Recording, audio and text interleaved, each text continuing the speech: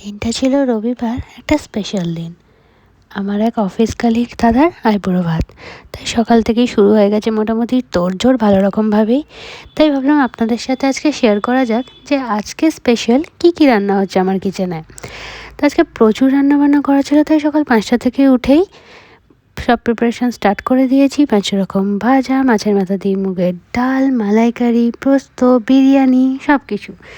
তাই সকাল থেকেই মোটামুটি সব তোড়জোড় আমরা শুরু করে নিয়েছি। এখানে আমার এক বন্ধু আমাকে সকাল সকাল হেল্প করতে চলে এসেছে, কারণ একা হাতে সব কিছু করা একদম পসিবল নয়।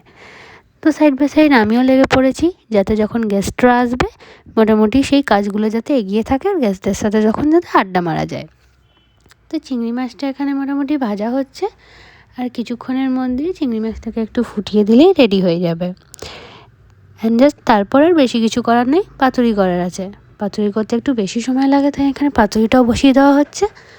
পাতুরিটা একবার প্যাকিং করে বসিয়ে দিতে পারলেই নিশ্চিন্ত, দেন আমি আরামসে নিজের মতো ফ্রেশ হয়ে যেতে পারবো। তারপর এখানে ফ্রেশ হয়ে চান করে আমি একটু শাড়ি পরে নিয়েছি, কারণ কেতমারা ইজ ইম্পর্ট্যান্ট, রাইট? প্লেটিং করে গেস্ট আমাদের চলে এসছে এবারে। তো সবাই মিলে আমাদের গ্রুম টু বি শুভদীপ দাকে আমরা আইবুড়ো ভাত দিচ্ছি, পায়েস খাইয়ে দিচ্ছি। সো এই ছিল আমার আজকের দিনটা। আপনাদের যদি ভালো লেগে থাকে আমার এই ব্লগটা, please like, share and subscribe.